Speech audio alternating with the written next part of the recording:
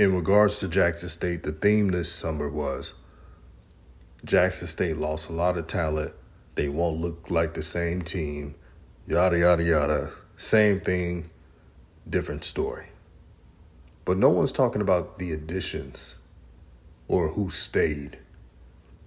There's a running back, J.D. Martin. Even though he had 100-plus rushing yards and only 100-plus receiving yards, he showed glimpses of the talent he has. And now that Savion Wilkerson left, J.D. Martin has a chance to be the number one bell cow for the Jackson State Tigers. And they're going to need him this season. The speed is there. The vision is there. All he needed was to be the featured back. And he's got that. I'll chime in.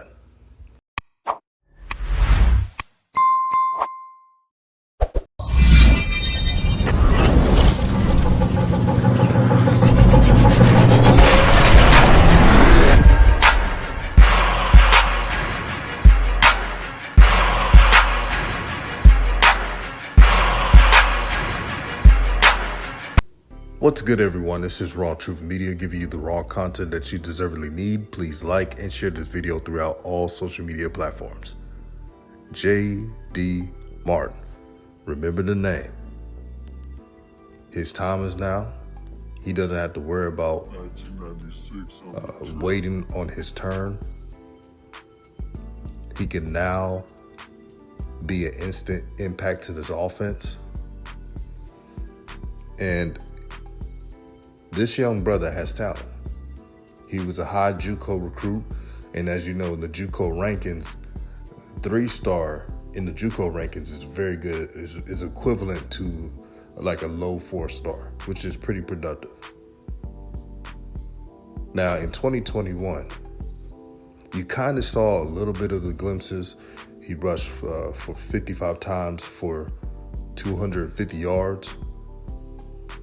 And then there was a decrease, and that decrease in carries from 54 to 36 was due to the acquisition of Savion Wilkerson. But even with the limited carries, J.D. Martin in a pass-happy offense averaged 4.8 yards per carry. Now he's the featured back. I would not be surprised if he hit the 1,000-yard mark. Now with this offense, everyone's talking about they know what Jackson State's going to run and all that bullshit, but let's keep it real, family. I don't think people understand the type of offense they're going to run.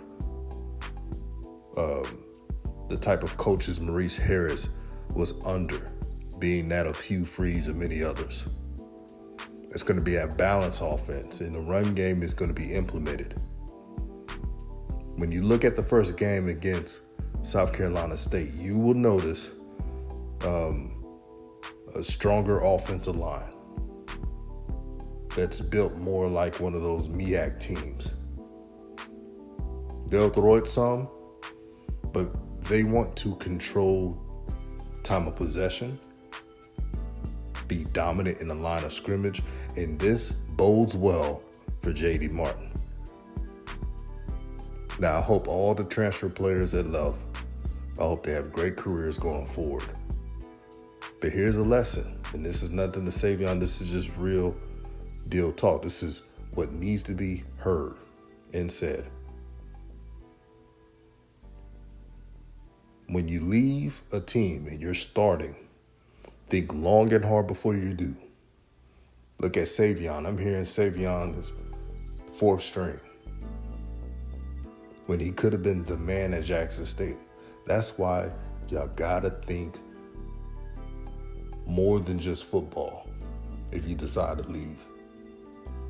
And I'm not surprised. Look at Colorado. Not to mention Colorado so much, but they recruited well at the running back position. So I wasn't totally surprised. He may get a couple carries, if that, but he's not going to be the starting running back. But if Savion would have stayed and had another 1,000-plus yards, then NFL scouts, pro scouts, XFL, you name it, would have said, who's that Jackson State player? Because they already had 2 players drafted back-to-back years.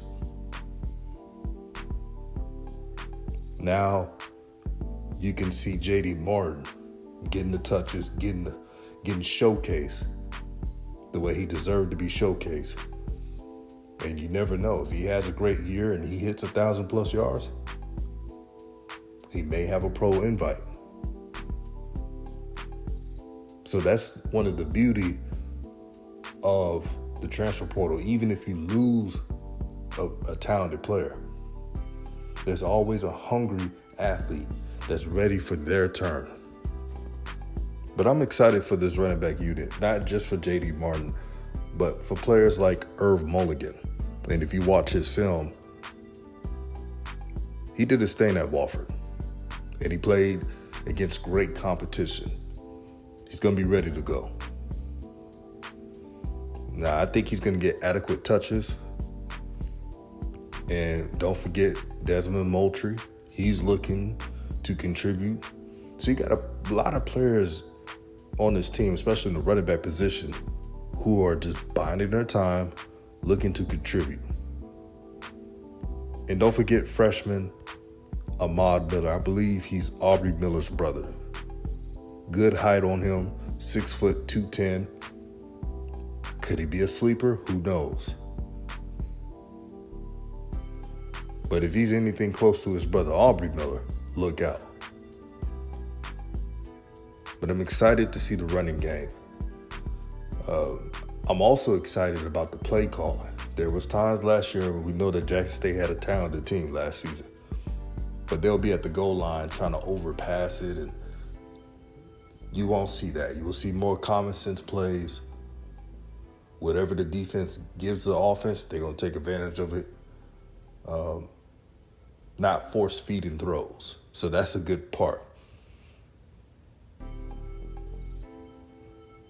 But what I want Jackson State to do this season is when they figure it out,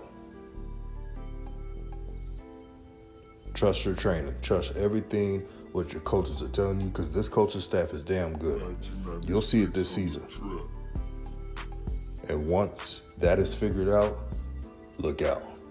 But I'm excited for the season. I'm excited for game 1 against South Carolina State, coached by the great Buddy Pugh. Should be a great matchup. That will tell us everything about Jackson State. Not the full totality, because it probably until game 3 or 4, you'll see the team figure out. But as of now, just ready for game 1. This is RawTruth Media. Y'all have a blessed day, and I'm out.